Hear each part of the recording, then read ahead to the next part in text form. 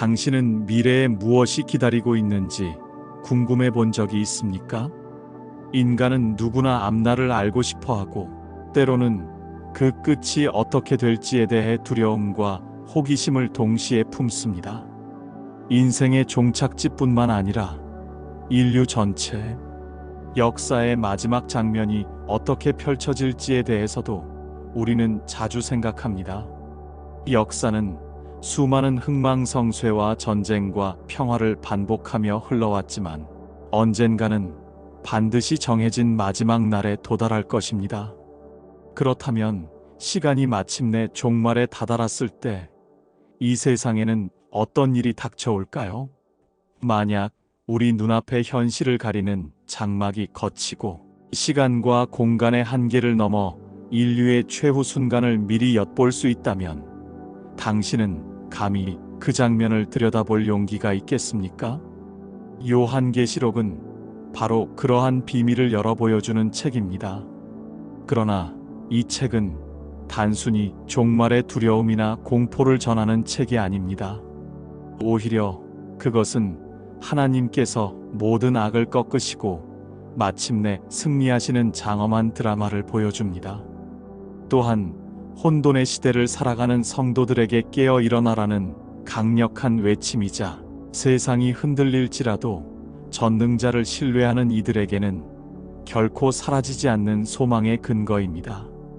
그러므로 지금부터 우리는 이 장엄한 계시의 문을 열고 하나님께서 우리에게 보여주신 역사의 마지막 장면들을 함께 따라가 보려 합니다. 요한계시록은 사도 요한이 복음을 전하다가 반모라는 외딴 섬에 유배되었을 때 기록된 책입니다. 그곳은 척박하고 고립된 곳이었으며 당시 로마 제국은 기독교를 핍박하던 시대였습니다. 요한은 고난 속에 외로이 남겨졌지만 바로 그곳에서 하늘의 문이 열리고 하나님께서 장차 일어날 일들을 환상 가운데 보여주셨습니다.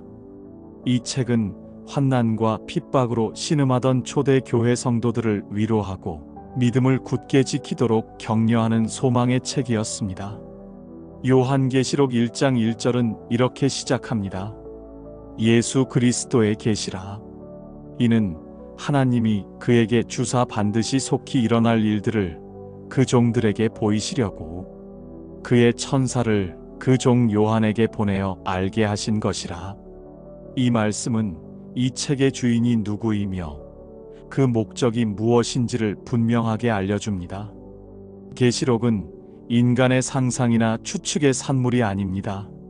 하나님께서 예수 그리스도를 통하여 우리에게 직접 보여주시는 장차 될 일 곧 미래의 역사입니다.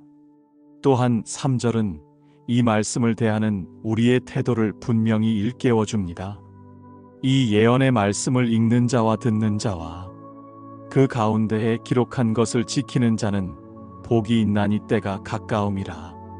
곧 이 책은 단순히 우리의 지적 호기심을 만족시키기 위한 기록이 아니라 읽고 듣고 마음에 새기며 지켜 행함으로써 복을 받게 하시는 하나님의 초대장이요 약속의 말씀입니다. 그러므로 요한계시록을 대하는 모든 태도는 경외심과 순종의 마음 위에 세워져야 합니다. 요한이 환상 속에서 처음 마주한 분은 바로 다시 오실 주 예수 그리스도였습니다. 그분은 더 이상 고난받는 십자가의 예수로 나타나지 않으셨습니다. 요한은 그분의 영광스러운 모습을 이렇게 묘사합니다. 그의 머리와 털의 희기가 흰 양털 같고 눈 같으며 그의 눈은 불꽃 같고 그의 발은 풀무불에 단련한 빛난 주석 같고 그의 음성은 많은 물소리와 같으며 그의 오른손에 7별이 있고 그의 입에서 좌우에 날선 검이 나오고 그의 얼굴은 해가 힘있게 비치는 것 같더라. 이 모습은 인간을 압도하는 두려운 심판자의 형상이 아니라 교회를 굳게 붙드시고 영원한 권위와 권능으로 다스리시는 주님의 영광을 드러냅니다.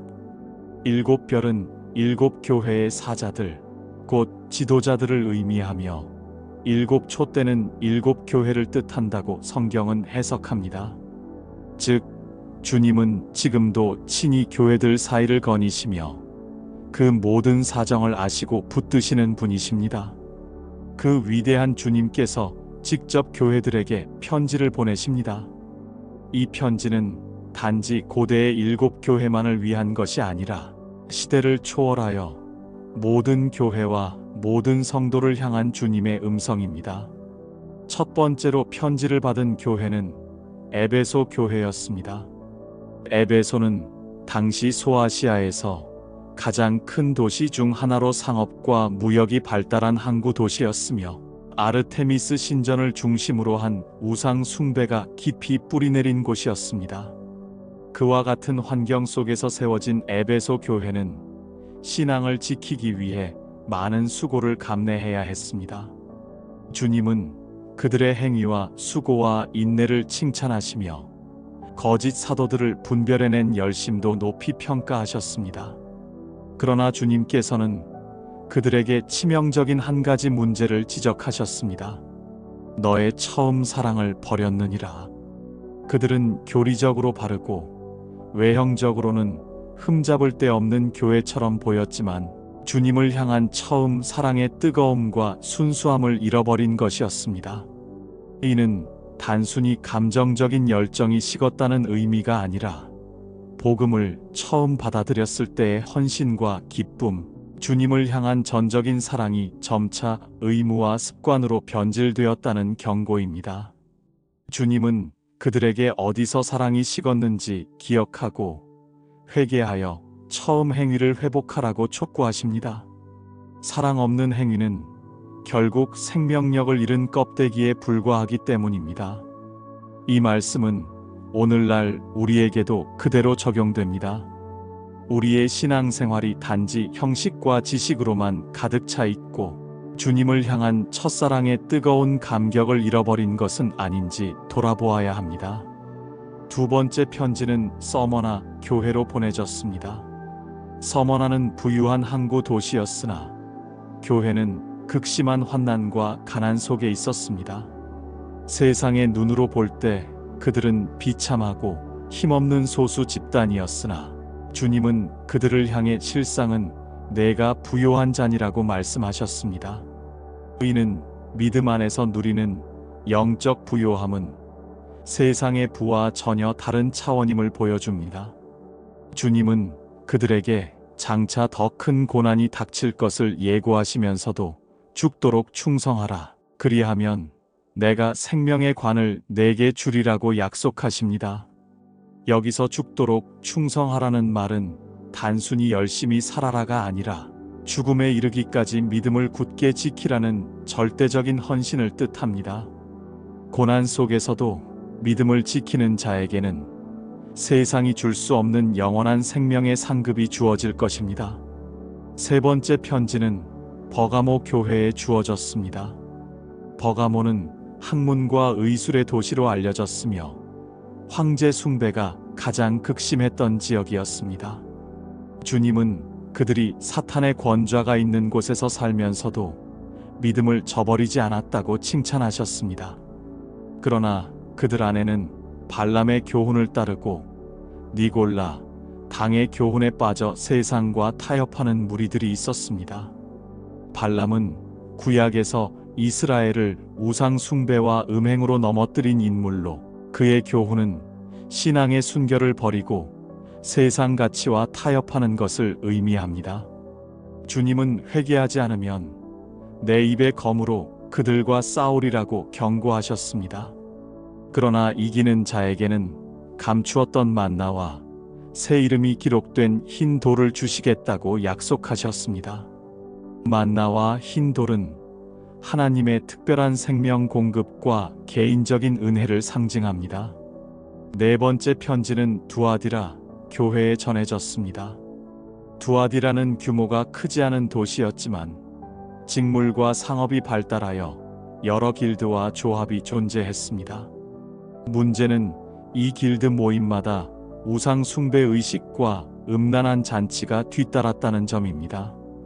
그 가운데 두아디라 교회는 사랑과 믿음과 섬김과 인내로 칭찬을 받았습니다. 이전보다 더욱 많은 행위를 행하고 있었기에 외형적으로는 성장하는 교회처럼 보였습니다. 그러나 주님은 심각한 문제를 지적하십니다.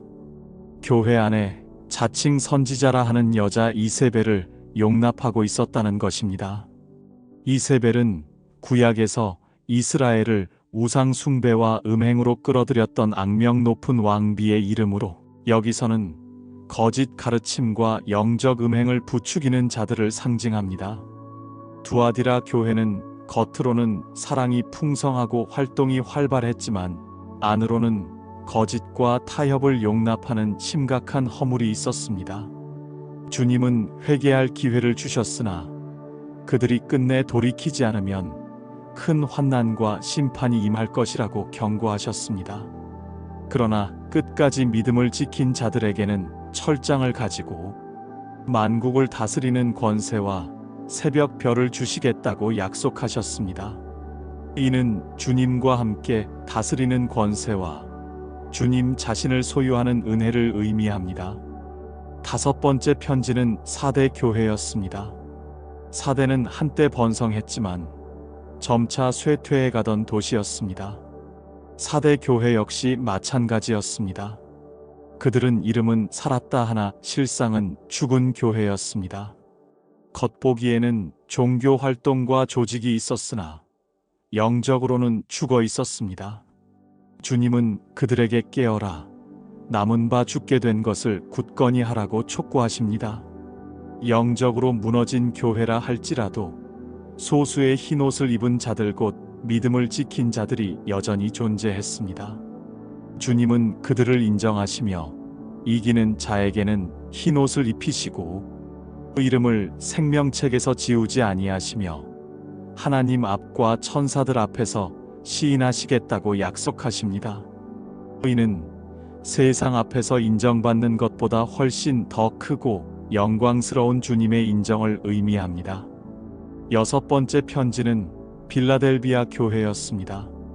빌라델비아는 규모가 작은 도시였지만 교회는 주님께 큰 칭찬을 받았습니다.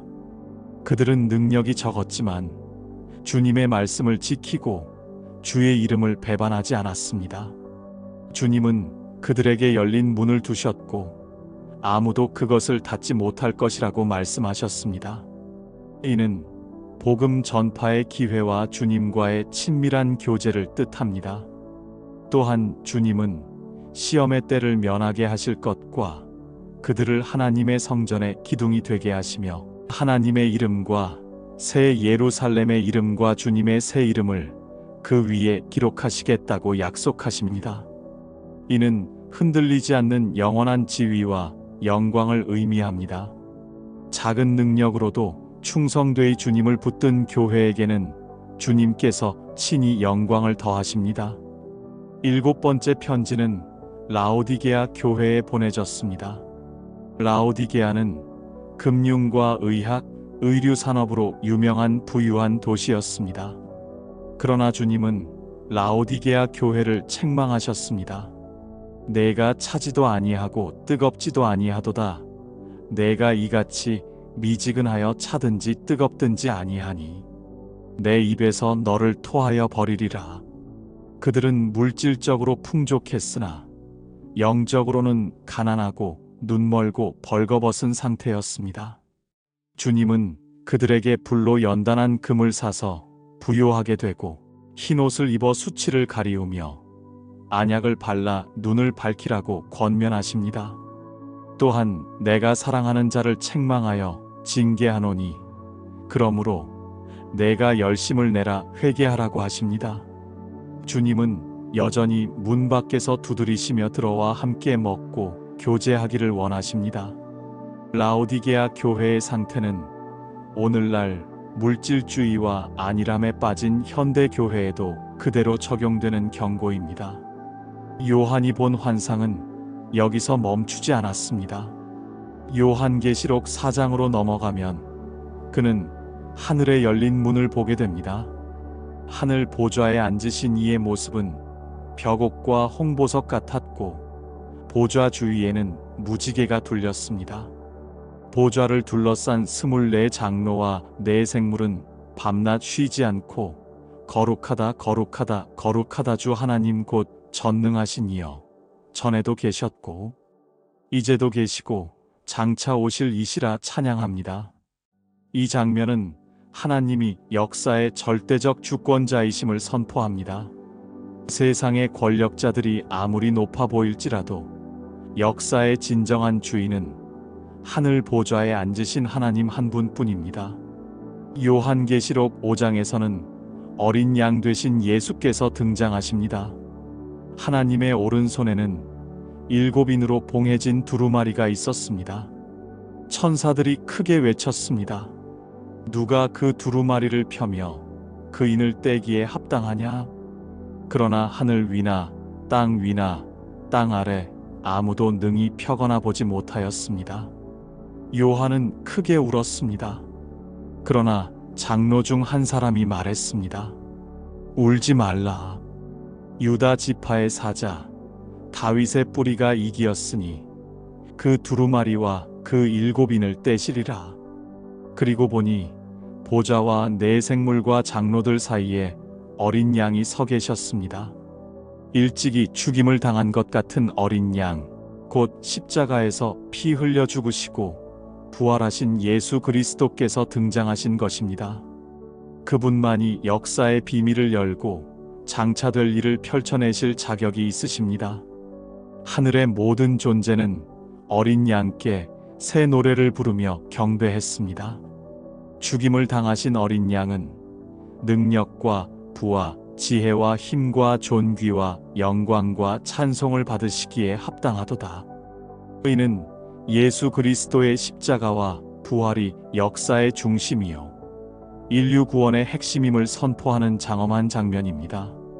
이제 7인이 하나씩 떼어지면서 세상에 일어날 사건들이 드러나기 시작합니다. 첫째 인이 떼어질 때에는 흰 말을 탄 자가 나타났습니다. 그는 활을 가졌고 면류관을 받고 나아가 이기고 또 이기려고 했습니다. 이는 복음의 승리를 상징한다고 보는 견해도 있고 정복 전쟁의 시작이라고 해석하는 경우도 있습니다. 둘째 인이 떼어지자 붉은 말이 나오고 그 탄 자가 큰 칼을 받아 땅에서 화평을 제하여 사람들이 서로 죽이게 했습니다. 셋째 인에서는 검은 말이 나오는데 그 탄 자가 저울을 가졌습니다. 이는 기근과 경제적 불균형을 의미합니다. 넷째 인에서는 청황색 말이 나오며 그 이름은 사망이요 음부가 그 뒤를 따랐습니다. 그들에게 땅의 4분의 1을 죽일 권세가 주어졌습니다. 다섯째 인에서는 순교자들의 영혼이 제단 아래에서 언제까지 우리의 피를 갚아주지 아니하시나이까 부르짖습니다.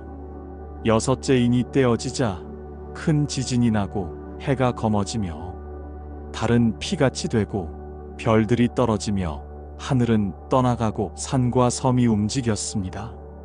이는 종말의 대격변을 보여줍니다. 사람들은 산과 바위에게 우리를 가리워 보좌에 앉으신 이의 낫과 어린 양의 진노에서 우리를 숨기라 부르짖었습니다. 이는 그 어떤 권력과 부도 하나님의 심판 앞에서 숨을 수 없음을 드러냅니다. 일곱째 인이 떼어지자 하늘에는 약 반 시간쯤 고요가 있었습니다. 이는 장차 벌어질 심판의 엄중함과 긴장을 나타냅니다. 그리고 하나님의 앞에 7 나팔을 받은 7 천사가 준비되었습니다. 나팔 심판은 인류 역사 속에서 일어날 더 큰 재앙들을 상징합니다. 첫째 천사가 나팔을 불자 피 섞인 우박과 불이 쏟아져 땅의 3분의 1이 타버리고, 둘째 천사가 나팔을 불자 불붙은 큰 산 같은 것이 바다에 던져져 바다의 3분의 1이 피가 되며 배들과 생물의 3분의 1이 죽습니다. 셋째 천사의 나팔에서는 횃불같이 타는 큰 별이 하늘에서 떨어져 강들과 물샘의 3분의 1에 떨어지니 그 물이 쓴 쑥이 되어 많은 사람이 죽었습니다.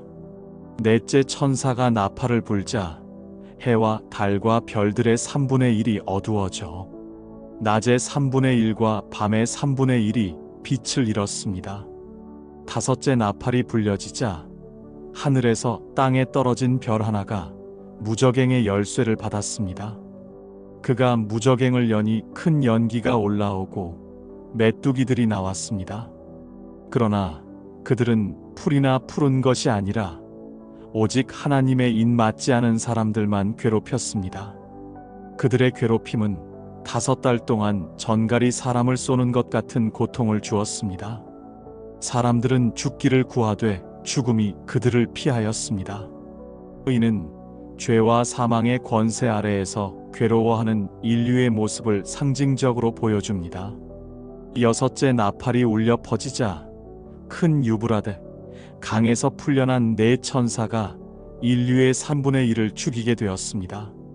그들의 군대 수는 2억이었습니다. 이는 인간 역사에서 전쟁과 살상이 얼마나 무서운 파괴를 가져오는지를 상징합니다.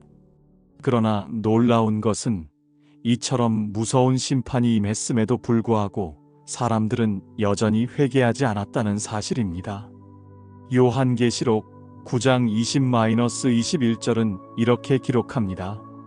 이 재앙에 죽지 않고 남은 사람들은 그 손으로 행한 일을 회개하지 아니하고 오히려 귀신과 우상들에게 경배하며 살인과 복술과 음행과 도둑질을 회개하지 아니하더라. 인간의 완악함은 하나님의 징계 앞에서도 돌이키지 않는다는 사실을 보여줍니다. 이는 단순히 옛사람들의 이야기가 아니라 오늘날 우리에게도 그대로 적용됩니다. 우리는 고난이 다가올 때 주님께 돌아가기보다는 오히려 세상의 헛된 것들을 붙드는 경우가 많습니다. 7째 나팔이 울려 퍼질 때 하늘에는 큰 음성이 들렸습니다. 세상 나라가 우리 주와 그리스도의 나라가 되어 그가 세세토록 왕 노릇하시리로다. 이는 역사의 궁극적인 결말을 선포하는 승리의 외침입니다. 세상의 모든 나라와 권세가 결국은 무너지고 영원한 주님의 나라가 임하게 될 것입니다. 요한계시록 10장에서는 또 다른 환상이 나타납니다. 힘센 천사가 손에 작은 책을 들고 내려와 요한에게 그것을 먹으라고 합니다. 요한이 그것을 받아 먹으니 입에는 꿀같이 달았으나 배에서는 쓰게 되었습니다. 이는 하나님의 말씀이 처음에는 달콤한 위로와 희망을 주지만 실제로 그 말씀을 선포하고 살아낼 때에는 고통과 고난을 동반한다는 것을 보여줍니다. 하나님의 말씀은 단순히 듣기 좋은 메시지가 아니라 때로는 우리에게 회개의 아픔과 진리 때문에 당하는 핍박까지도 함께 가져옵니다. 이어서 요한계시록 11장에서는 두 증인의 이야기가 나옵니다. 그들은 1260일 동안 굵은 베옷을 입고 예언합니다.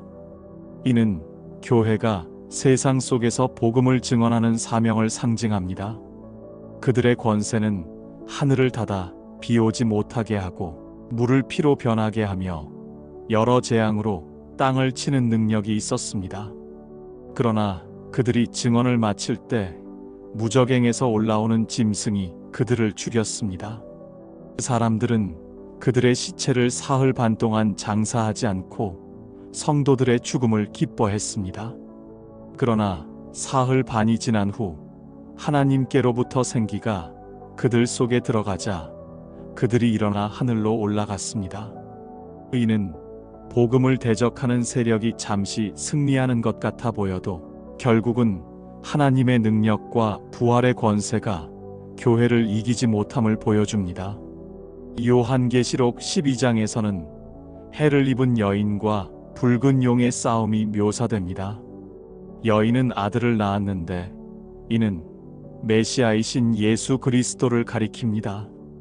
용은 곧 사탄으로 여인의 아들을 삼키려 했지만 아이는 하나님께로 들려 올라갔습니다.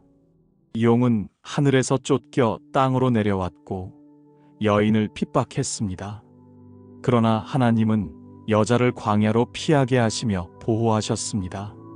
이는 사탄이 교회를 끊임없이 핍박하지만 하나님께서 끝까지 보호하시고 구원하신다는 약속을 상징합니다. 요한계시록 13장에서는 두 짐승이 등장합니다. 첫째 짐승은 바다에서 올라오는데 10뿔과 7머리를 가지고 용으로부터 권세를 받았습니다. 사람들은 그 짐승을 경배하며 누가 이 짐승과 같으냐라고 말했습니다. 이는 세상 권세와 제국의 압도적인 힘을 상징합니다.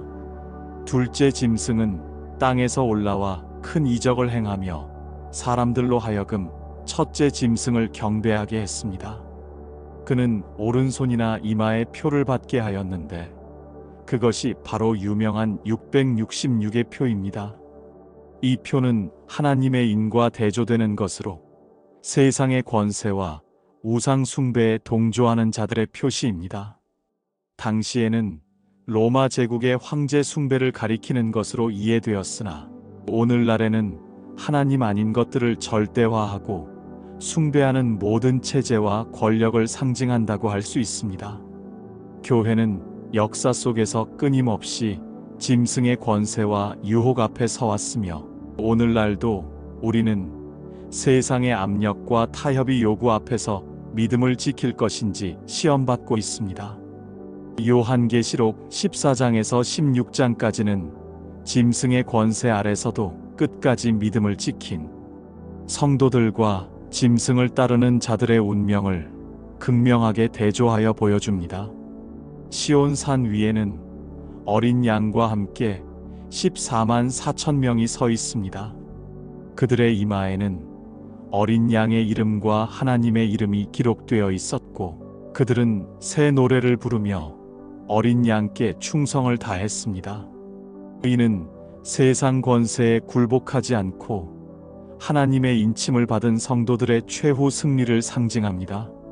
하늘에서는 또 다른 천사들이 날아다니며 경고의 메시지를 전합니다. 하나님을 두려워하며 그에게 영광을 돌리라. 바벨론이 무너졌다. 짐승과 그의 우상에게 경배하고 그의 표를 받는 자는 하나님의 진노의 포도주를 마시리라. 이 경고는 세상의 어떤 권세도 영원하지 않으며 결국 하나님의 심판 아래 무너질 것임을 분명히 선포합니다. 이어서 요한은 흰 구름 위에 앉으신 이가 금 면류관을 쓰고 예리한 낫을 가진 것을 보았습니다. 천사들이 큰 소리로 외쳤습니다. 추수할 때가 이르렀으니 땅의 곡식이 다 익었도다. 구름 위에 이가 낫을 휘둘러 땅을 거두니 땅의 곡식이 추수되었습니다. 또 다른 천사는 큰 포도주 틀에 포도를 던져 넣으니 포도즙이 짓눌려 흘러나왔습니다. 이는 마지막 때 하나님의 백성은 거두어 구원하시되 악인들은 심판의 큰 틀에 던져져 진노를 받게 될 것을 상징합니다. 요한계시록 15장과 16장에서는 하나님의 진노가 담긴 7 대접 심판이 쏟아집니다. 첫째 대접이 땅에 쏟아지자 짐승의 표를 받은 자들에게 악하고 독한 종기가 생겼습니다. 둘째 대접이 바다에 쏟아지니 바다가 피같이 변하여 바다에 있는 모든 생물이 죽었습니다. 셋째 대접이 강과 물샘에 쏟아지니 물이 피로 변했습니다. 넷째 대접이 해에 쏟아지자 사람들이 불로 태움을 받아 심한 고통을 겪었습니다. 그러나 그들은 여전히 회개하지 않고 하나님을 모독했습니다. 다섯째 대접은 짐승의 왕좌에 쏟아져 그의 나라가 어두워지고 여섯째 대접은 큰 유브라데 강에 쏟아져 길이 열리며 악한 영들이 모여 아마겟돈 전쟁을 준비했습니다. 일곱째 대접이 공중에 쏟아지자 큰 음성이 성전에서 나와 말했습니다. 되었다. 번개와 음성들과 뇌성이 나고 큰 지진이 있어 각 나라의 성들이 무너지고 큰 성 바벨론이 하나님 앞에 기억되어 그의 진노의 잔을 받게 되었습니다. 이는 하나님의 심판이 완성되었음을 알리는 선언이었습니다. 이제 요한계시록 17장과 18장에서는 바벨론의 멸망 장면이 펼쳐집니다. 바벨론은 단순한 도시 이름이 아니라 하나님을 대적하는 세속 권세와 음란한 문화, 탐욕과 우상 숭배의 총체적인 상징입니다. 요한은 많은 물 위에 앉은 큰 음녀를 보았는데 그녀는 붉은 짐승을 타고 금과 보석과 진주로 꾸미고 손에는 가증한 음행에 가득한 금잔을 들고 있었습니다.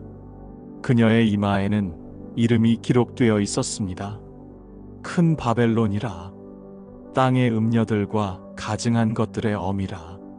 그녀는 성도들의 피에 취해 있었습니다. 이는 세속 권세와 쾌락이 하나님의 백성을 핍박하고 세상의 권세와 결탁하여 타락의 길로 인도한 것을 보여줍니다. 천사는 바벨론의 최후를 선포합니다. 큰 성 바벨론이 무너졌다. 무너졌다. 상인들과 왕들과 바다에 배를 띄우던 자들은 모두 애통해야 합니다. 그들이 애통하는 이유는 단순히 도덕적 정해 때문이 아니라 자신들의 이익과 사치의 근원이 무너졌기 때문이었습니다. 이는 세상이 붙드는 부와 쾌락이 얼마나 허망한 것인지 보여줍니다. 하나님께서는 성도들에게 말씀하십니다. 내 백성아, 거기서 나오라. 그의 죄에 참여하지 말고 그의 받을 재앙들을 받지 말라. 이는 세상과 타협하지 않고 거룩함을 지키라는 강력한 부르심입니다. 요한계시록 19장에서는 하늘에서 큰 무리의 찬양 소리가 울려 퍼집니다. 할렐루야! 구원과 영광과 능력이 우리 하나님께 있도다. 그의 심판은 참되고 의로운지라. 하늘은 마치 혼인 잔치처럼 기쁨에 휩싸입니다. 이는 어린 양이신 예수 그리스도와 교회가 영원한 혼인 관계로 연합하는 장면입니다. 교회는 어린 양의 아내로서 준비되었고 빛나고 깨끗한 세마포 옷을 입었습니다. 이는 성도들의 의로운 행실을 상징합니다. 혼인잔치는 단순히 기쁨의 축제가 아니라 그리스도와 교회의 영원한 연합과 완성을 보여주는 위대한 사건입니다. 그러나 이어지는 장면에서는 어린 양의 혼인잔치와 대조되는 무서운 심판이 펼쳐집니다. 하늘이 열리고 흰 말을 탄 이가 나타났습니다. 그의 이름은 충신과 진실이라 불리며 그의 눈은 불꽃 같고 머리에는 많은 관이 있습니다. 그의 옷은 피 뿌린 것 같고 그의 이름은 하나님의 말씀이라 불립니다. 그분은 철장으로 만국을 치시며 전능하신 하나님의 맹렬한 진노의 포도주 틀을 밟으십니다. 하늘의 군대가 흰 말을 타고 그를 따릅니다. 그는 만왕의 왕이요 만주의 주로 나타나셨습니다. 이는 재림하시는 예수 그리스도의 위엄과 권세를 묘사한 장면입니다. 짐승과 세상의 왕들이 모여 어린 양과 싸우려 하지만 그들은 패배하고 말았습니다. 짐승은 산채로 불못에 던져졌고 거짓 선지자도 함께 불못에 던져졌습니다. 나머지 자들은 어린 양의 입에서 나오는 검으로 죽임을 당했습니다. 이는 세상의 모든 악한 권세가 결국은 주님의 심판 앞에서 무너진다는 사실을 선포합니다. 요한계시록 20장에서는 천년왕국에 대한 말씀이 기록되어 있습니다. 사탄은 무적행에 결박되어 천년 동안 갇히게 됩니다. 그동안 순교자들과 믿음을 지킨 성도들은 그리스도와 함께 왕 노릇하며 다스립니다. 천년이 차면 사탄이 잠시 놓여나 다시 민족들을 미혹하지만 결국 불못에 던져져 영원히 고통을 받게 됩니다. 그 후에 마지막 심판, 곧 백보좌 심판이 열립니다. 죽은 자들이 다 일어나 각자의 행위대로 심판을 받습니다. 생명책에 기록되지 않은 자는 다 불못에 던져졌습니다. 이것이 둘째 사망입니다. 이는 하나님의 공의로운 심판이 피할 수 없는 현실임을 보여줍니다. 요한계시록 21장과 22장은 성경 전체의 클라이맥스라 할 수 있는 새 하늘과 새 땅의 환상을 보여줍니다. 사도 요한은 처음 하늘과 처음 땅이 없어지고 바다도 다시 있지 않더라라고 증언합니다. 이는 단순히 현재의 세상이 사라진다는 의미가 아니라 죄와 사망과 눈물이 지배하던 옛 질서가 완전히 지나가고 하나님께서 새롭게 하시는 창조가 도래한다는 것을 의미합니다. 그는 또 거룩한 성새 예루살렘이 하나님께로부터 하늘에서 내려오는 것을 보았습니다. 이는 신부가 남편을 위해 단장한 것처럼 준비된 모습이었습니다. 이는 단순한 건축물이 아니라 어린 양의 신부된 교회를 상징합니다. 하나님의 백성들이 새롭게 된 피조 세계 안에서 하나님과 함께 거하는 장면이 새 예루살렘으로 묘사된 것입니다. 그때 하늘에서 큰 음성이 들려왔습니다. 보라, 하나님의 장막이 사람들과 함께 있음에 하나님이 그들과 함께 거하시리니 그들은 하나님의 백성이 되고 하나님은 친히 그들과 함께 계셔서 모든 눈물을 그 눈에서 닦아주실 것이며 다시는 사망이 없고 애통하는 것이나 곡하는 것이나 아픈 것이 다시 있지 아니하리니 처음 것들이 다 지나갔음이라. 이 말씀은 인류 역사와 개인의 삶 속에서 경험했던 모든 고통과 상실, 죽음과 아픔이 끝나고 하나님 안에서 온전한 회복과 위로가 주어진다는 약속입니다. 오늘날을 살아가는 우리도 여전히 수많은 눈물과 슬픔 속에 살아가지만 요한계시록은 그것이 마지막이 아니라고 선포합니다.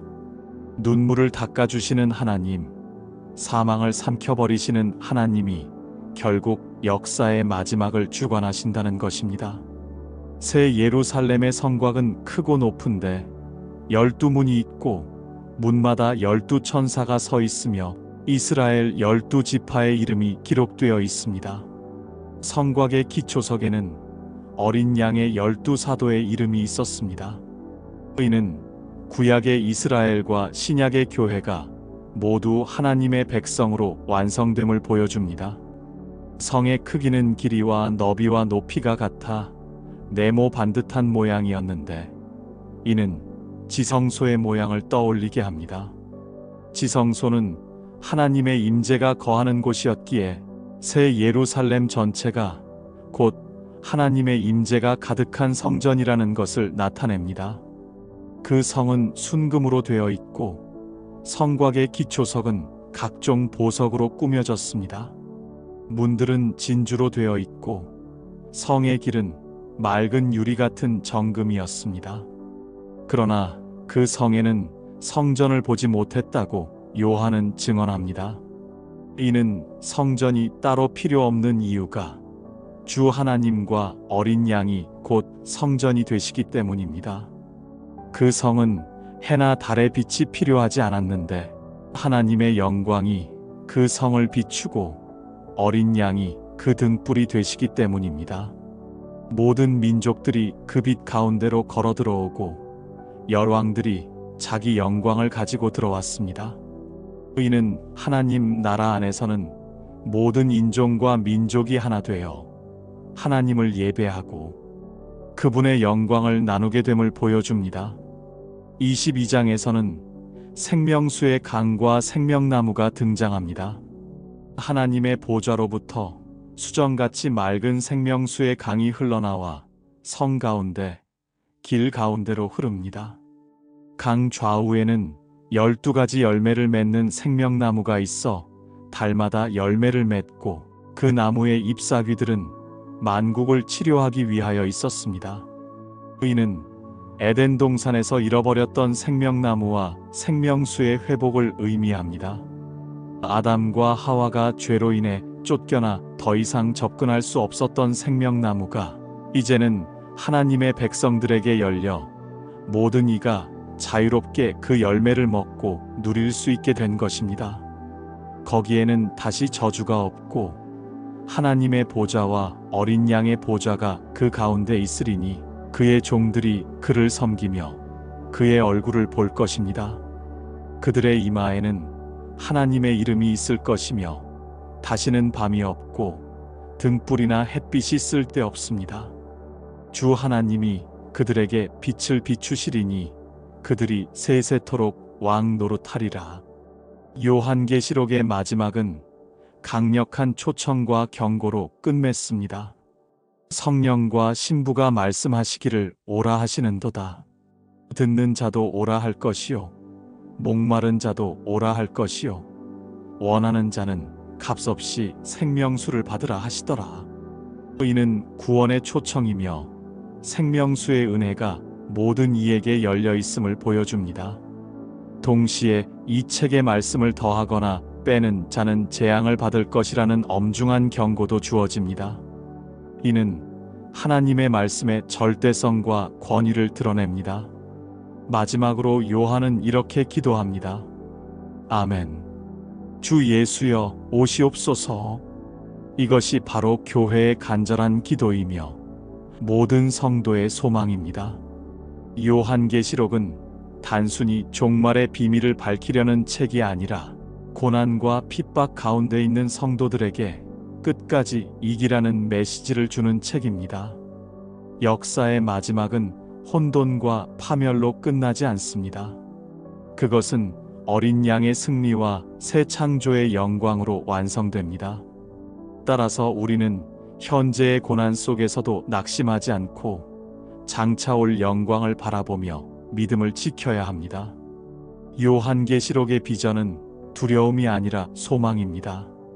주님이 다시 오실 날을 기다리며 그날의 새 하늘과 새 땅에서 하나님과 함께 영원히 살 것을 확신하며 오늘을 살아가는 것이야말로 요한계시록이 우리에게 주는 가장 큰 교훈입니다.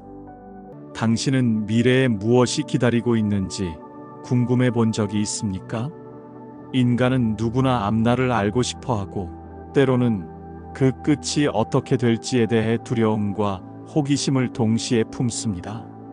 인생의 종착지뿐만 아니라 인류 전체, 역사의 마지막 장면이 어떻게 펼쳐질지에 대해서도 우리는 자주 생각합니다. 역사는 수많은 흥망성쇠와 전쟁과 평화를 반복하며 흘러왔지만 언젠가는 반드시 정해진 마지막 날에 도달할 것입니다. 그렇다면 시간이 마침내 종말에 다다랐을 때 이 세상에는 어떤 일이 닥쳐올까요?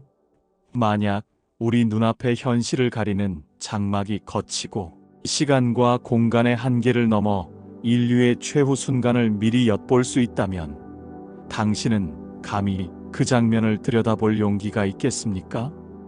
요한계시록은 바로 그러한 비밀을 열어 보여주는 책입니다. 그러나 이 책은 단순히 종말의 두려움이나 공포를 전하는 책이 아닙니다. 오히려 그것은 하나님께서 모든 악을 꺾으시고 마침내 승리하시는 장엄한 드라마를 보여줍니다. 또한 혼돈의 시대를 살아가는 성도들에게 깨어 일어나라는 강력한 외침이자 세상이 흔들릴지라도 전능자를 신뢰하는 이들에게는 결코 사라지지 않는 소망의 근거입니다. 그러므로 지금부터 우리는 이 장엄한 계시의 문을 열고 하나님께서 우리에게 보여주신 역사의 마지막 장면들을 함께 따라가 보려 합니다. 요한계시록은 사도 요한이 복음을 전하다가 반모라는 외딴 섬에 유배되었을 때 기록된 책입니다. 그곳은 척박하고 고립된 곳이었으며 당시 로마 제국은 기독교를 핍박하던 시대였습니다. 요한은 고난 속에 외로이 남겨졌지만 바로 그곳에서 하늘의 문이 열리고 하나님께서 장차 일어날 일들을 환상 가운데 보여주셨습니다. 이 책은 환난과 핍박으로 신음하던 초대 교회 성도들을 위로하고 믿음을 굳게 지키도록 격려하는 소망의 책이었습니다. 요한계시록 1장 1절은 이렇게 시작합니다. 예수 그리스도의 계시라. 이는 하나님이 그에게 주사 반드시 속히 일어날 일들을 그 종들에게 보이시려고 그의 천사를 그 종 요한에게 보내어 알게 하신 것이라. 이 말씀은 이 책의 주인이 누구이며 그 목적이 무엇인지를 분명하게 알려줍니다. 계시록은 인간의 상상이나 추측의 산물이 아닙니다. 하나님께서 예수 그리스도를 통하여 우리에게 직접 보여주시는 장차될 일 곧 미래의 역사입니다. 또한 3절은 이 말씀을 대하는 우리의 태도를 분명히 일깨워 줍니다.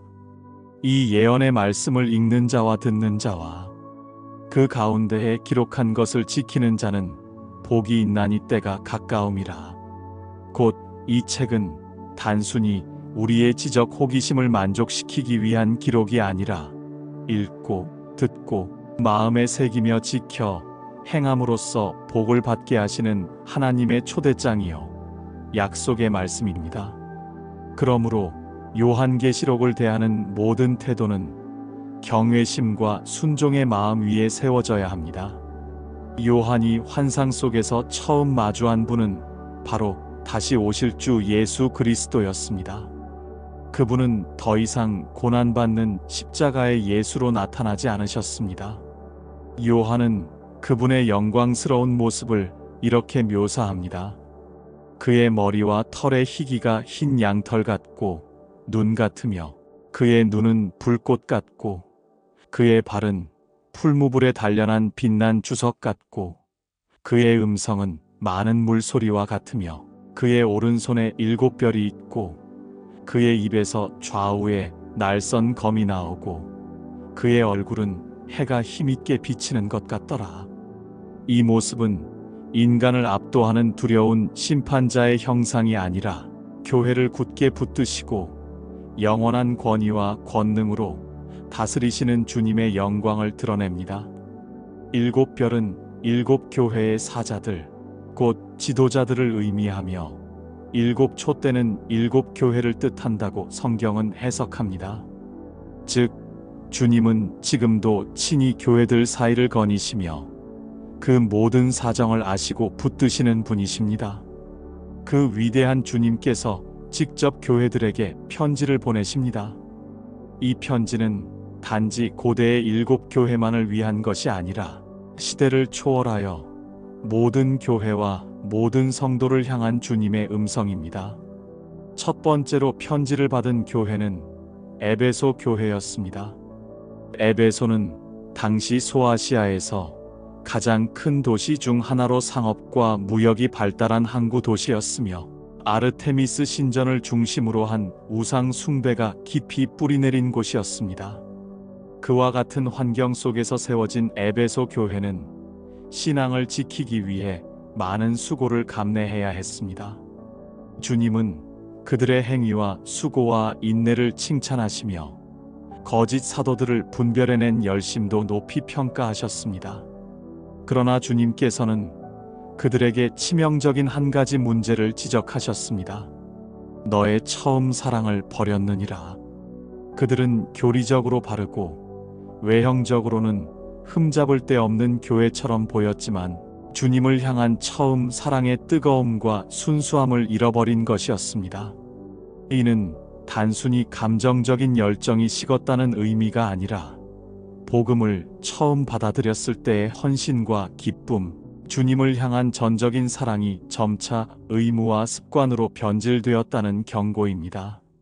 주님은 그들에게 어디서 사랑이 식었는지 기억하고 회개하여 처음 행위를 회복하라고 촉구하십니다. 사랑 없는 행위는 결국 생명력을 잃은 껍데기에 불과하기 때문입니다. 이 말씀은 오늘날 우리에게도 그대로 적용됩니다.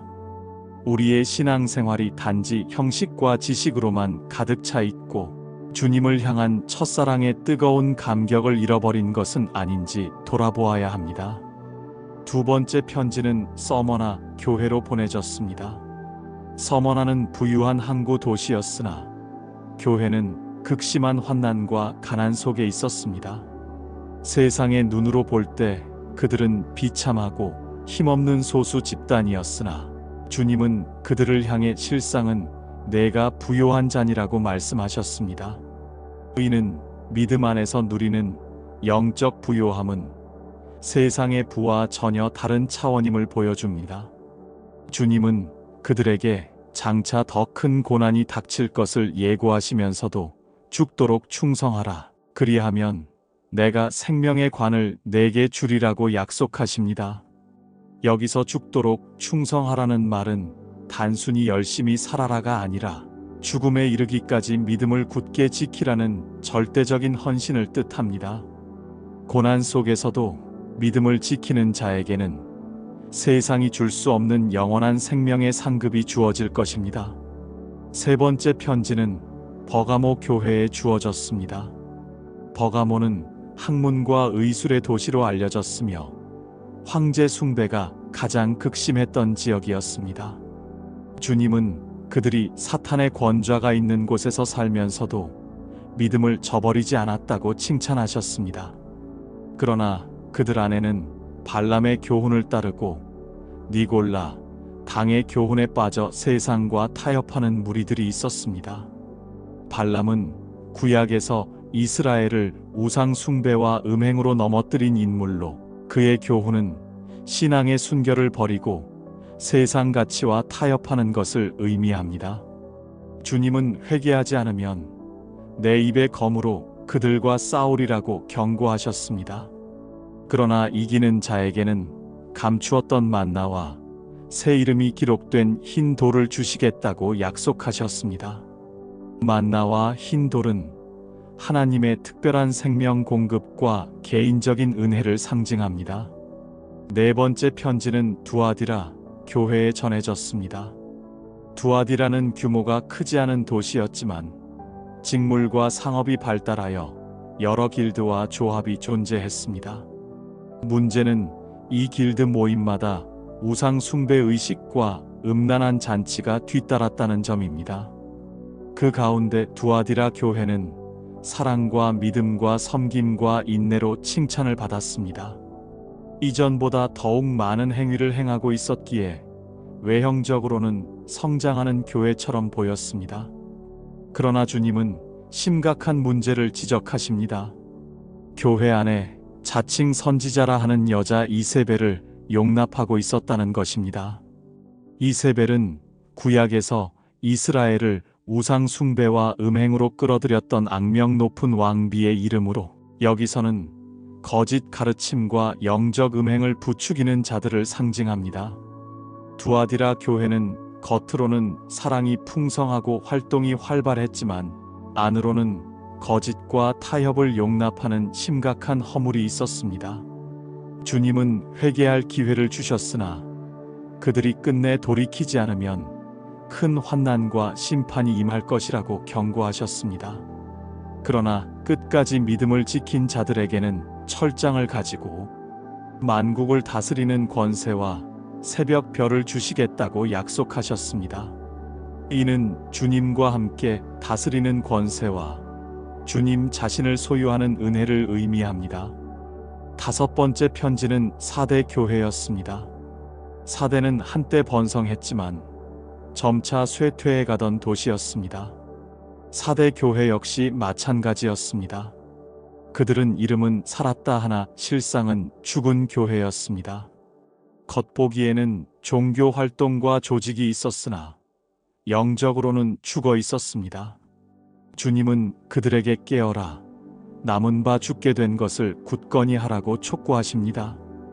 영적으로 무너진 교회라 할지라도 소수의 흰옷을 입은 자들 곧 믿음을 지킨 자들이 여전히 존재했습니다. 주님은 그들을 인정하시며 이기는 자에게는 흰옷을 입히시고 그 이름을 생명책에서 지우지 아니하시며 하나님 앞과 천사들 앞에서 시인하시겠다고 약속하십니다. 이는 세상 앞에서 인정받는 것보다 훨씬 더 크고 영광스러운 주님의 인정을 의미합니다. 여섯 번째 편지는 빌라델비아 교회였습니다. 빌라델비아는 규모가 작은 도시였지만 교회는 주님께 큰 칭찬을 받았습니다. 그들은 능력이 적었지만 주님의 말씀을 지키고 주의 이름을 배반하지 않았습니다. 주님은 그들에게 열린 문을 두셨고 아무도 그것을 닫지 못할 것이라고 말씀하셨습니다.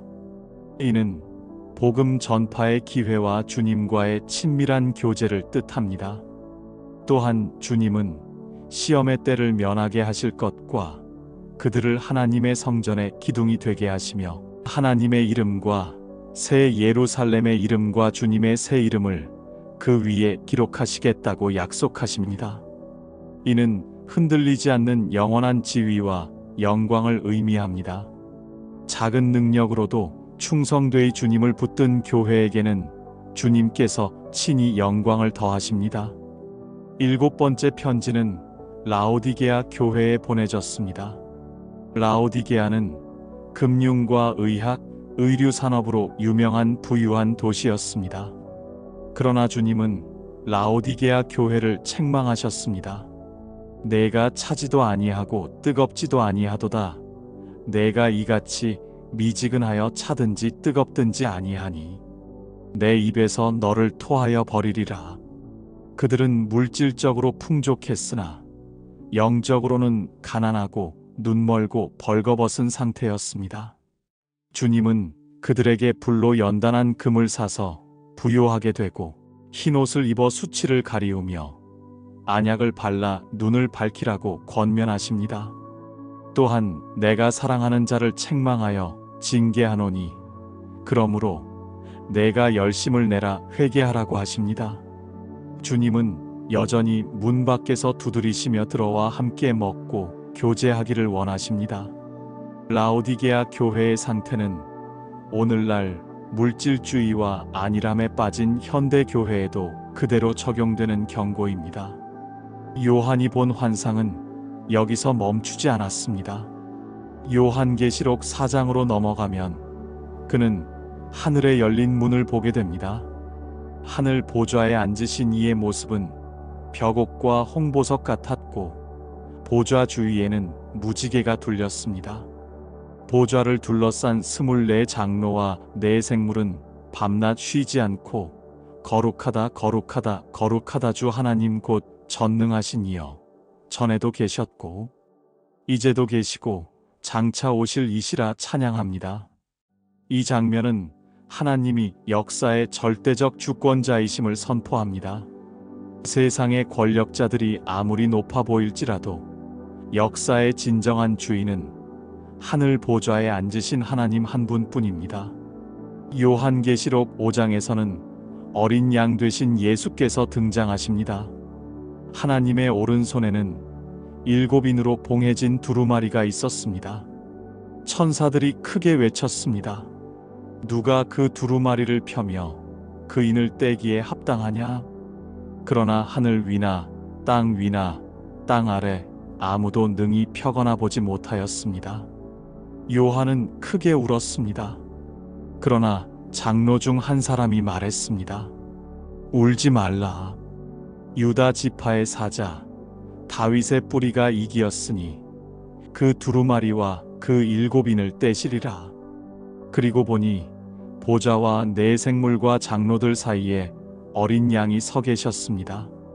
일찍이 죽임을 당한 것 같은 어린 양, 곧 십자가에서 피 흘려 죽으시고 부활하신 예수 그리스도께서 등장하신 것입니다.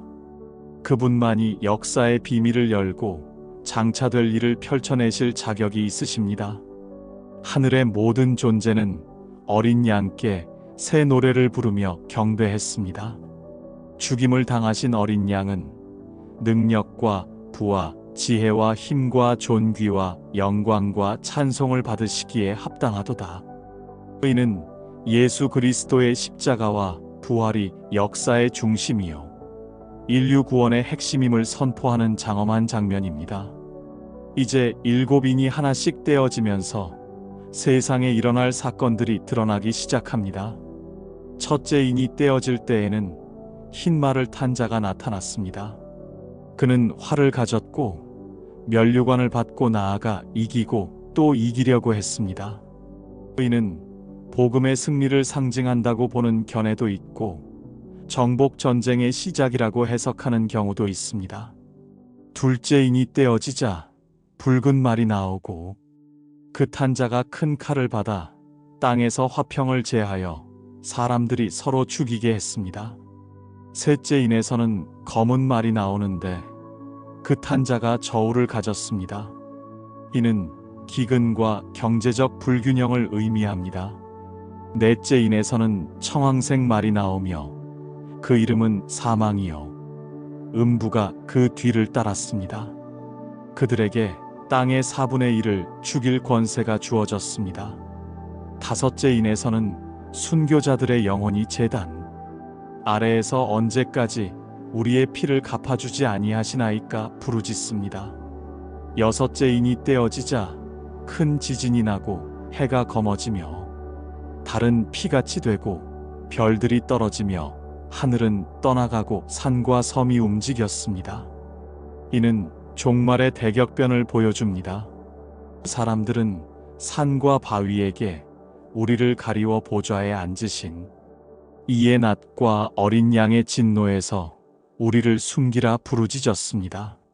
이는 그 어떤 권력과 부도 하나님의 심판 앞에서 숨을 수 없음을 드러냅니다. 일곱째 인이 떼어지자 하늘에는 약 반시간쯤 고요가 있었습니다. 이는 장차 벌어질 심판의 엄중함과 긴장을 나타냅니다. 그리고 하나님의 앞에 7 나팔을 받은 7 천사가 준비되었습니다. 나팔 심판은 인류 역사 속에서 일어날 더 큰 재앙들을 상징합니다. 첫째 천사가 나팔을 불자 피 섞인 우박과 불이 쏟아져 땅의 3분의 1이 타버리고, 둘째 천사가 나팔을 불자 불붙은 큰 산 같은 것이 바다에 던져져 바다의 3분의 1이 피가 되며 배들과 생물의 3분의 1이 죽습니다. 셋째 천사의 나팔에서는 횃불같이 타는 큰 별이 하늘에서 떨어져 강들과 물샘의 3분의 1에 떨어지니 그 물이 쓴 쑥이 되어 많은 사람이 죽었습니다. 넷째 천사가 나팔을 불자 해와 달과 별들의 3분의 1이 어두워져 낮의 3분의 1과 밤의 3분의 1이 빛을 잃었습니다. 다섯째 나팔이 불려지자 하늘에서 땅에 떨어진 별 하나가 무저갱의 열쇠를 받았습니다. 그가 무저갱을 여니 큰 연기가 올라오고 메뚜기들이 나왔습니다. 그러나 그들은 풀이나 푸른 것이 아니라 오직 하나님의 인 맞지 않은 사람들만 괴롭혔습니다. 그들의 괴롭힘은 5달 동안 전갈이 사람을 쏘는 것 같은 고통을 주었습니다. 사람들은 죽기를 구하되 죽음이 그들을 피하였습니다. 이는 죄와 사망의 권세 아래에서 괴로워하는 인류의 모습을 상징적으로 보여줍니다.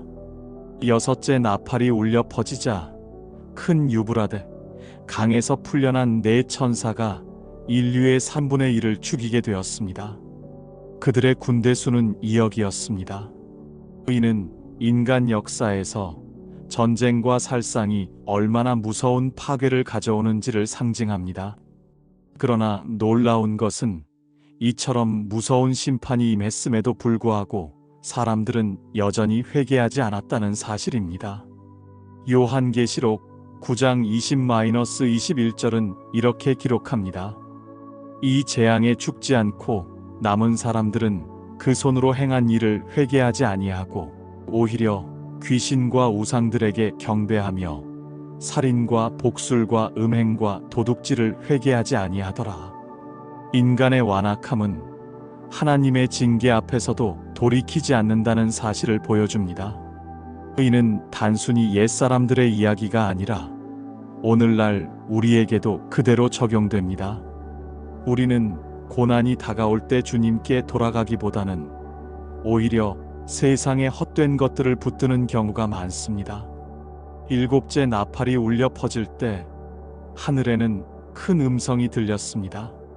세상 나라가 우리 주와 그리스도의 나라가 되어 그가 세세토록 왕 노릇하시리로다. 이는 역사의 궁극적인 결말을 선포하는 승리의 외침입니다. 세상의 모든 나라와 권세가 결국은 무너지고 영원한 주님의 나라가 임하게 될 것입니다. 요한계시록 10장에서는 또 다른 환상이 나타납니다. 힘센 천사가 손에 작은 책을 들고 내려와 요한에게 그것을 먹으라고 합니다.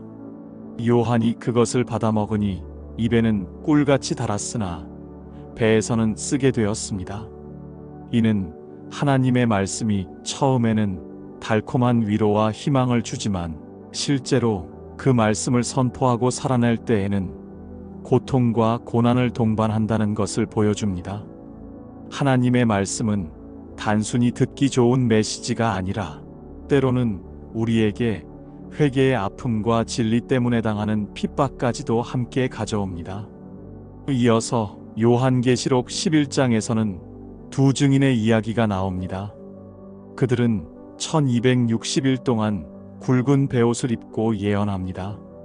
이는 교회가 세상 속에서 복음을 증언하는 사명을 상징합니다.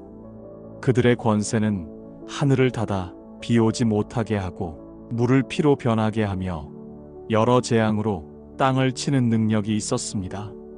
그러나 그들이 증언을 마칠 때 무저갱에서 올라오는 짐승이 그들을 죽였습니다. 사람들은 그들의 시체를 사흘 반 동안 장사하지 않고 성도들의 죽음을 기뻐했습니다. 그러나 사흘 반이 지난 후 하나님께로부터 생기가 그들 속에 들어가자 그들이 일어나 하늘로 올라갔습니다. 이는 복음을 대적하는 세력이 잠시 승리하는 것 같아 보여도 결국은 하나님의 능력과 부활의 권세가 교회를 이기지 못함을 보여줍니다. 요한계시록 12장에서는 해를 입은 여인과 붉은 용의 싸움이 묘사됩니다. 여인은 아들을 낳았는데 이는 메시아이신 예수 그리스도를 가리킵니다. 용은 곧 사탄으로 여인의 아들을 삼키려 했지만 아이는 하나님께로 들려 올라갔습니다. 용은 하늘에서 쫓겨 땅으로 내려왔고 여인을 핍박했습니다. 그러나 하나님은 여자를 광야로 피하게 하시며 보호하셨습니다. 이는 사탄이 교회를 끊임없이 핍박하지만 하나님께서 끝까지 보호하시고 구원하신다는 약속을 상징합니다. 요한계시록 13장에서는 두 짐승이 등장합니다. 첫째 짐승은 바다에서 올라오는데 10뿔과 7머리를 가지고 용으로부터 권세를 받았습니다. 사람들은 그 짐승을 경배하며 누가 이 짐승과 같으냐라고 말했습니다.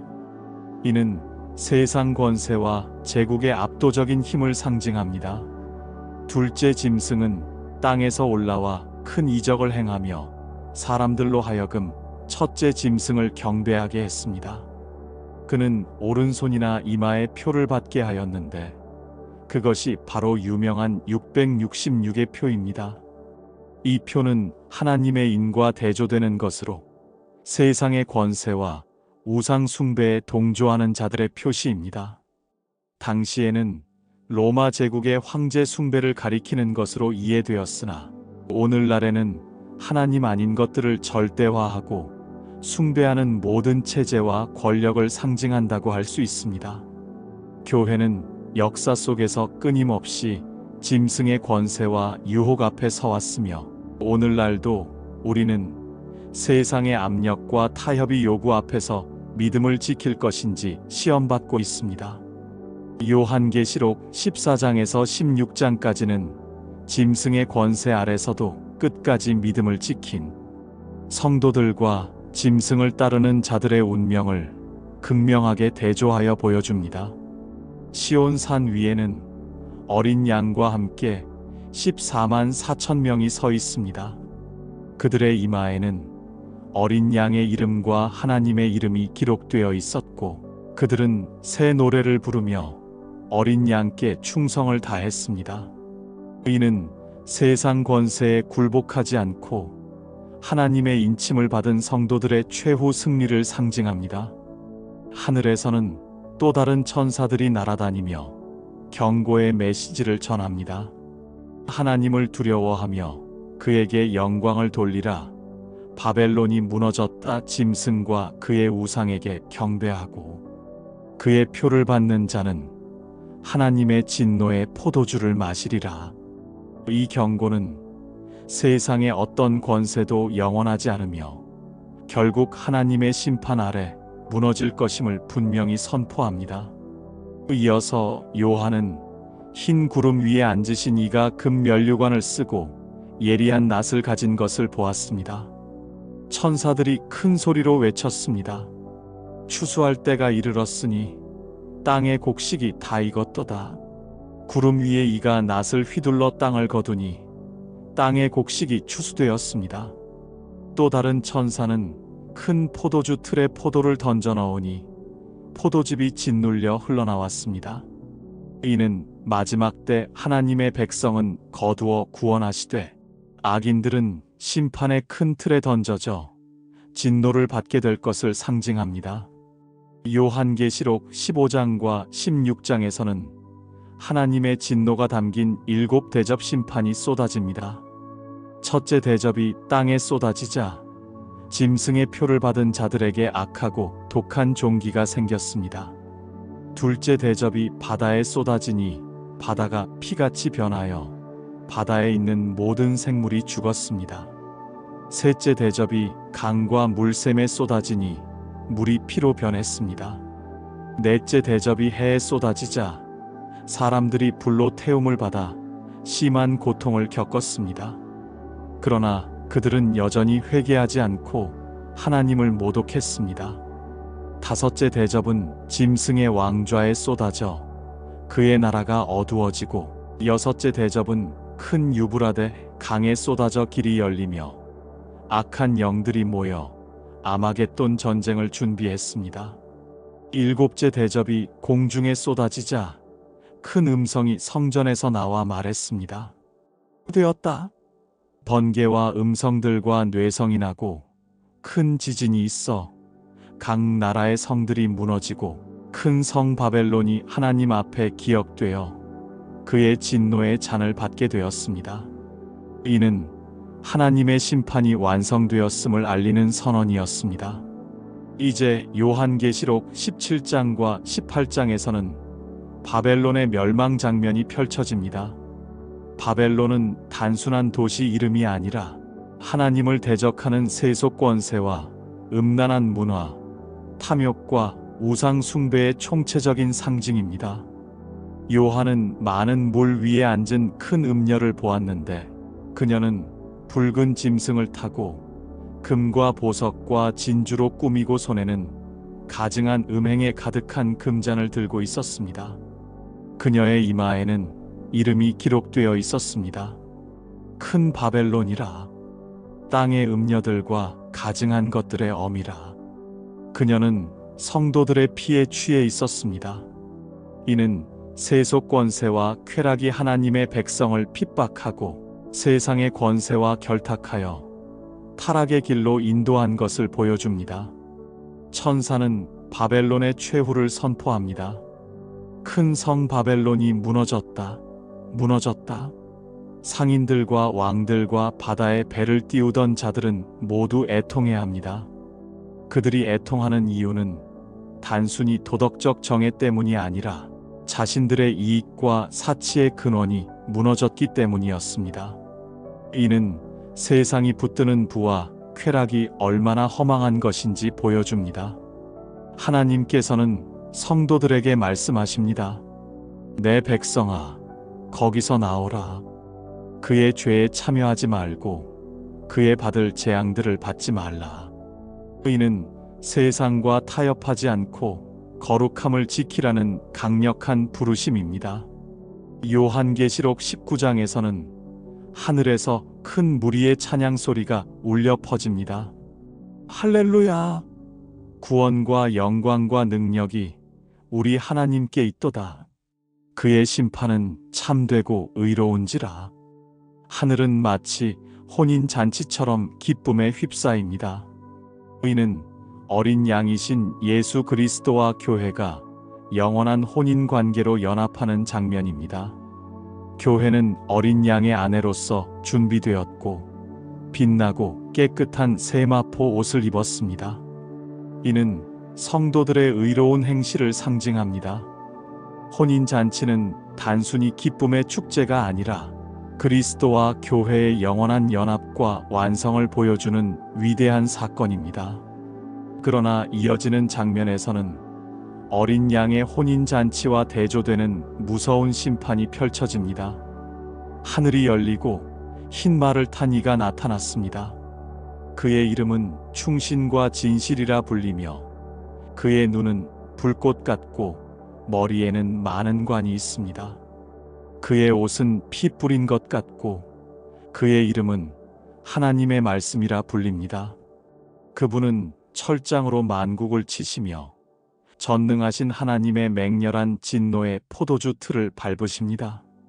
하늘의 군대가 흰 말을 타고 그를 따릅니다. 그는 만왕의 왕이요 만주의 주로 나타나셨습니다. 이는 재림하시는 예수 그리스도의 위엄과 권세를 묘사한 장면입니다. 짐승과 세상의 왕들이 모여 어린 양과 싸우려 하지만 그들은 패배하고 말았습니다. 짐승은 산채로 불못에 던져졌고 거짓 선지자도 함께 불못에 던져졌습니다. 나머지 자들은 어린 양의 입에서 나오는 검으로 죽임을 당했습니다. 이는 세상의 모든 악한 권세가 결국은 주님의 심판 앞에서 무너진다는 사실을 선포합니다. 요한계시록 20장에서는 천년왕국에 대한 말씀이 기록되어 있습니다. 사탄은 무적행에 결박되어 천년 동안 갇히게 됩니다. 그동안 순교자들과 믿음을 지킨 성도들은 그리스도와 함께 왕 노릇하며 다스립니다. 천년이 차면 사탄이 잠시 놓여나 다시 민족들을 미혹하지만 결국 불못에 던져져 영원히 고통을 받게 됩니다. 그 후에 마지막 심판, 곧 백보좌 심판이 열립니다. 죽은 자들이 다 일어나 각자의 행위대로 심판을 받습니다. 생명책에 기록되지 않은 자는 다 불못에 던져졌습니다. 이것이 둘째 사망입니다. 이는 하나님의 공의로운 심판이 피할 수 없는 현실임을 보여줍니다. 요한계시록 21장과 22장은 성경 전체의 클라이맥스라 할 수 있는 새 하늘과 새 땅의 환상을 보여줍니다.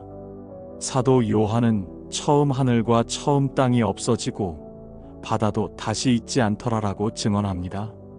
이는 단순히 현재의 세상이 사라진다는 의미가 아니라 죄와 사망과 눈물이 지배하던 옛 질서가 완전히 지나가고 하나님께서 새롭게 하시는 창조가 도래한다는 것을 의미합니다.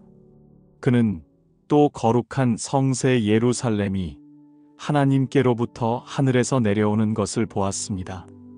이는 신부가 남편을 위해 단장한 것처럼 준비된 모습이었습니다. 이는 단순한 건축물이 아니라 어린 양의 신부된 교회를 상징합니다. 하나님의 백성들이 새롭게 된 피조 세계 안에서 하나님과 함께 거하는 장면이 새 예루살렘으로 묘사된 것입니다. 그때 하늘에서 큰 음성이 들려왔습니다.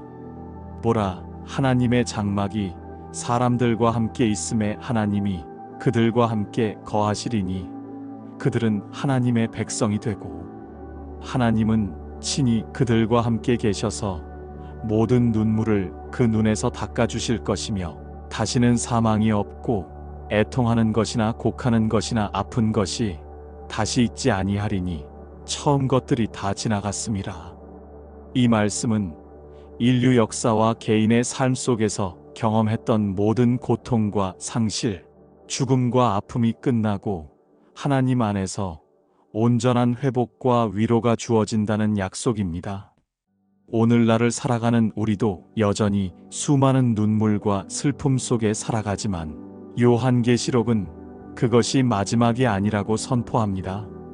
눈물을 닦아주시는 하나님, 사망을 삼켜버리시는 하나님이 결국 역사의 마지막을 주관하신다는 것입니다.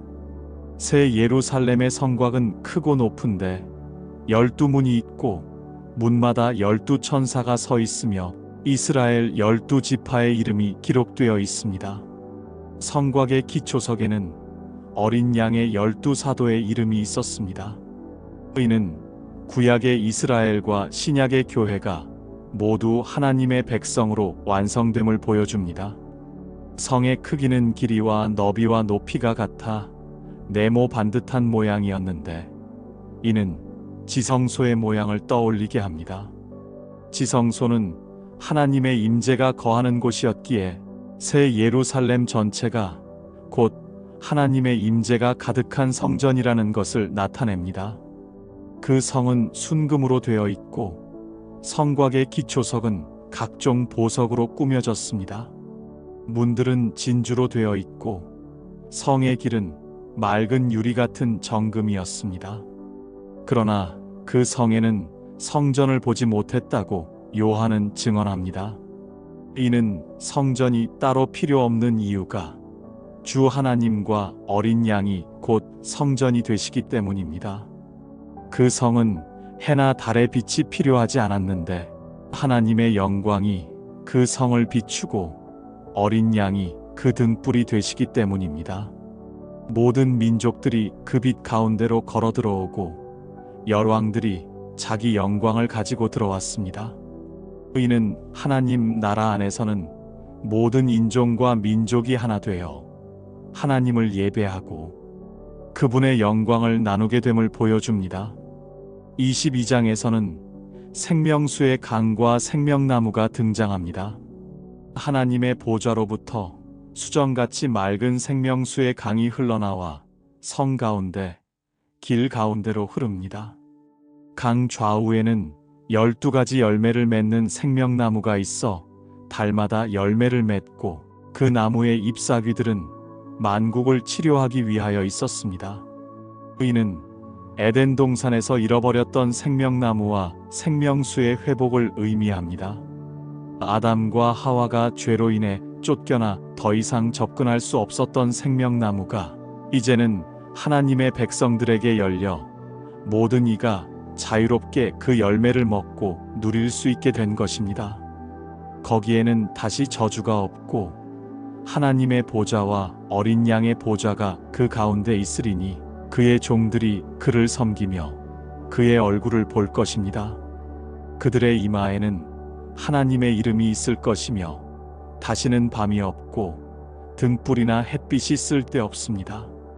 주 하나님이 그들에게 빛을 비추시리니 그들이 세세토록 왕 노릇하리라. 요한계시록의 마지막은 강력한 초청과 경고로 끝맺습니다. 성령과 신부가 말씀하시기를 오라 하시는도다. 듣는 자도 오라 할 것이요 목마른 자도 오라 할 것이요 원하는 자는 값없이 생명수를 받으라 하시더라. 이는 구원의 초청이며 생명수의 은혜가 모든 이에게 열려 있음을 보여줍니다. 동시에 이 책의 말씀을 더하거나 빼는 자는 재앙을 받을 것이라는 엄중한 경고도 주어집니다. 이는 하나님의 말씀의 절대성과 권위를 드러냅니다. 마지막으로 요한은 이렇게 기도합니다. 아멘. 주 예수여 오시옵소서. 이것이 바로 교회의 간절한 기도이며 모든 성도의 소망입니다. 요한계시록은 단순히 종말의 비밀을 밝히려는 책이 아니라 고난과 핍박 가운데 있는 성도들에게 끝까지 이기라는 메시지를 주는 책입니다. 역사의 마지막은 혼돈과 파멸로 끝나지 않습니다. 그것은 어린 양의 승리와 새 창조의 영광으로 완성됩니다. 따라서 우리는 현재의 고난 속에서도 낙심하지 않고 장차 올 영광을 바라보며 믿음을 지켜야 합니다. 요한계시록의 비전은 두려움이 아니라 소망입니다. 주님이 다시 오실 날을 기다리며 그날의 새 하늘과 새 땅에서 하나님과 함께 영원히 살 것을 확신하며 오늘을 살아가는 것이야말로 요한계시록이 우리에게 주는 가장 큰 교훈입니다.